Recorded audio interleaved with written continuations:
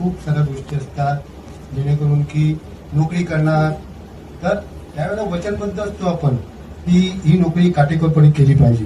परंतु काय होतं, जसं पोलीस खाते देतो आपण त्याचे नियम, त्यांचे ढाबे, जे काय गोष्टी असतात त्या पुढे पुढे आपण जसं जसं चालत जातो त्यावेळेला आपल्याला खरं म्हटलं तर पोलीस जे प्रशासन चालतं काटेकोर कारवाई बरोबर तर आपल्याला त्याचा थोडासा असं वाटतं की थोडासा त्रास होतोय. परंतु जर का तुम्ही आनंदाने आणि स्वेच्छेने जर काही नोकरी करणार तर खूप चांगल्या प्रकारे नोकरी हसत खेळत तुम्ही करणार आहेत.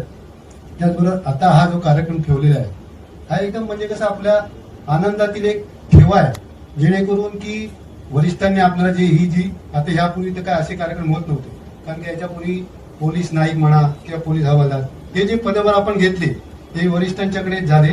परंतु काय होतं की हा जो कार्यक्रम ह्याच्यामध्ये कसं एक आठवणीत आपण जपून ठेवलेलं, जसे आता ते काही लोक फोटो काढतात, काही लोक व्हिडिओ करतात.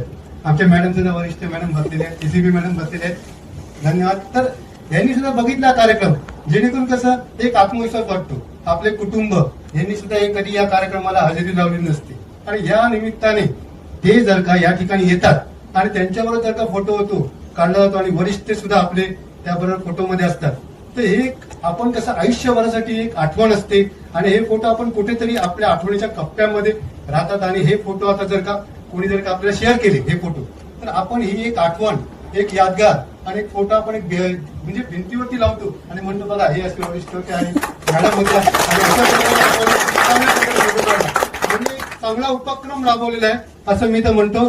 सुंदर छान उपक्रम राबवल्याबद्दल वरिष्ठांचे आभार, धन्यवाद, थँक्यू.